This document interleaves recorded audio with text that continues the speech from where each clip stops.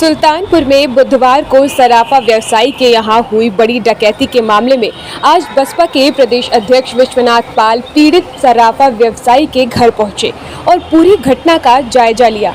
इस दौरान उन्होंने आईजी से बात कर जल्दी डकैती का खुलासा करने की बात कही। दरअसल बुधवार को नगर कोतवाली के ठठेरी बाजार स्थित भरत जी सोनी की ओम ऑर्नामेंट की दुकान पर 2 बाइकों से पहुंचे 5 बदमाशों ने डकैती की बड़ी वारदात को अंजाम दिया था। घटना के बाद पांचों बदमाश भीड़-भाड़ वाले इलाके से असलाहा लहराते फरार हो गए थे। घटना की प्रदेश में चर्चा चरम पर रही। इसी क्रम में आज बसपा के प्रदेश अध्यक्ष विश्वनाथ पाल सुल्तानपुर पहुंच पीड़ित सराफा व्यवसायी से मुलाकात किए। वहीं प्रदेश अध्यक्ष ने चौक जैसे इलाके में इस वारदात पर पुलिस प्रशासन पर सवाल खड़े किए हैं। उन्होंने कहा कि बसपा परिवार के साथ है, जिसके बाद वो मीडिया से रूबरू हुए और योगी सरकार पर हमलावर होते हुए बोले कि सब कहने की बात है। घटना बता रही है कि लोगों में भय का माहौल है। पुलिस व्यवस्था पूरी तरह फेल है। भाजपा सरकार में जंगल राज फैला हुआ है। सुल्तानपुर में सराफे व्यापारी के यहाँ करोड़ों की लूट हो गई। फर्रुखाबाद, कन्नौज, अयोध्या में बच्चियों के साथ हुई घटनाओं को देख के लग नहीं रहा है कि यहाँ कानून का राज है। वहीं बसपा पार्टी के वापसी पर उन्होंने कहा कि बसपा कैडर बेस पार्टी है।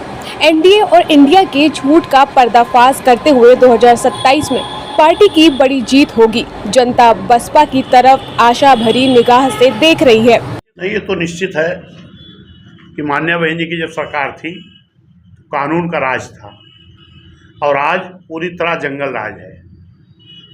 अभी आपने देखा कि सुल्तानपुर जनपद में बीच चौक में, बीच शहर में, जहां लोगों का पैदल चलना मुश्किल है, वहां कितना बेपरवाह होते हुए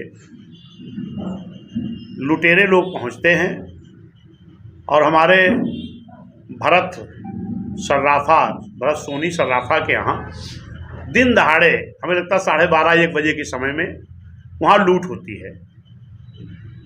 और किस तरीके की सरकार चल रही है, किस तरीके से प्रशासन इसको देख रहा है कि जो लुटेरे थे उनको जरा भी भय नहीं लगा कि पब्लिक के बीच में दिन दहाड़े लूट हो रही है। और शासन सत्ता जो चलती है वो प्रताप से चलती है और ये बिल्कुल ख़त्म हो गया है। ना तो सरकार का कोई दबाव है, ना प्रशासन का कोई दबाव है। इसमें मैं यही मानूंगा कि शासन प्रशासन पूरी तरह फेल है। चाहे लूट की घटना को आप देख लो। मेरी ये मांग है कि जो हमारे भरत सोनी और इनका जो वो ज्वेलरी शॉप है, अभी मैं गया था इनके दुकान पर, बेचारे बहुत दुखी थे कि सब कुछ तो मेरा चला गया, मैं क्या करूं, अब दुकान कैसे खोलूं। फिर हमने तुरंत आईजी साहब से बात भी किया फ़ोन से और उन्होंने कहा, हमने कहा भाई इनको न्याय चाहिए।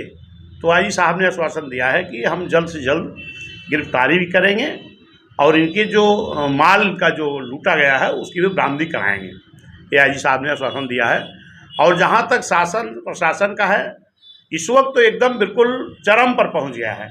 अभी आपने देखा, चाहे फर्रुखाबाद में 2 लड़कियों की लटकती हुई आम के पेड़ से लाश मिली, कन्नौज की घटना हो, चाहे आपके भदरसा की घटना हो, तमाम जगह पूरे प्रदेश में एकदम लगता कानून नाम की कोई चीज़ ही नहीं है। आज जनता पूरी तरह से याद कर रही है कि काश बहन जी की हुकूमत होती तो ये सब ना होता। निश्चित है कि इस प्रदेश की जनता मान्या बहन जी की तरफ पूरी उम्मीदों से आशा लगाई उम्मीद से देख रही है।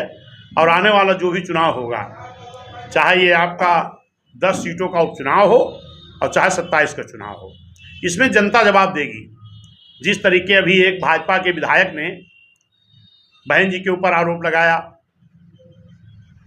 मैं तो देख रहा हूं कि भाजपा सरकार में चाहे 69,000 वाली भर्ती का मामला हो, जिसमें हाई कोर्ट ने संज्ञान में लिया। हाई कोर्ट ने इस बात को कहा है कि सरकार में बड़ा घोटाला हुआ है। 18,000 ओबीसी के लोगों की नौकरी जो उनके हक की थी वो छीनी गई।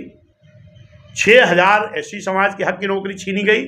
इसको मैं नहीं कह रहा हूँ, हाई कोर्ट ने इस चीज़ को कहा है। और सरकार को हाई कोर्ट ने कहा है कि ये जो है 3 महीने के अंदर इस चीज़ को सरकार फिर से सूची बना करके भर्ती करने का काम करे।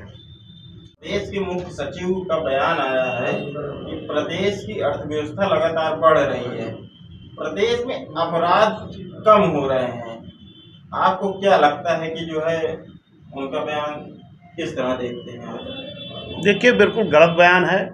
बयान से नहीं कुछ होना है। जिस तरीके सुल्तानपुर में दिन दहाड़े लूट हुई है, करोड़ों रुपए की, करोड़ों का उनका सोना गहना और नकदी भी गया है, इससे आपको क्या लगता है? घटनाएं, चाहे अभी फर्रुखाबाद की घटना हो, कन्नौज की घटना हो, तमाम घटनाएं, आपकी अयोध्या की घटना हो, ये घटनाओं को देख के लगता है कि कोई कानून का राज नहीं, पूरी तरह जंगल राज कायम है। अच्छा, ये बहन जी की सोशल इंजीनियरिंग में और भाजपा की सोशल इंजीनियरिंग में क्या डिफरेंस है? देखिए, भाजपा की सोशल इंजीनियरिंग तो मेरे समझ में नहीं आती है, लेकिन बहन जी का जो सोशल इंजीनियरिंग था, जो बहन जी का नारा था, वो मानवर साहब देखे गए थे कि जिसकी इतनी संख्या भारी उसकी उतनी हिस्सेदारी, भागीदारी, वो हर जगह पूरे शासन में बहन जी के दिखाई पड़ता था। सपा और कांग्रेस लगातार आरोप लगाती है बसपा पे कि ये बीजेपी की बी टीम के तौर पे काम कर रही है। क्या मैं खुलेआम ये कहता हूँ कि समाजवादी पार्टी की हर नीति आरएसएस बीजेपी कार्यालय से तय होती है, उसी पर समाजवादी चलती है। अगर जी एक बयान था, राहुल गांधी समेत इंडिया गठबंधन के सारे लोग जातिगत गणना की बात कर रहे हैं। अनुराग ठाकुर ने सदन में राहुल गांधी की जाति पूछ ली।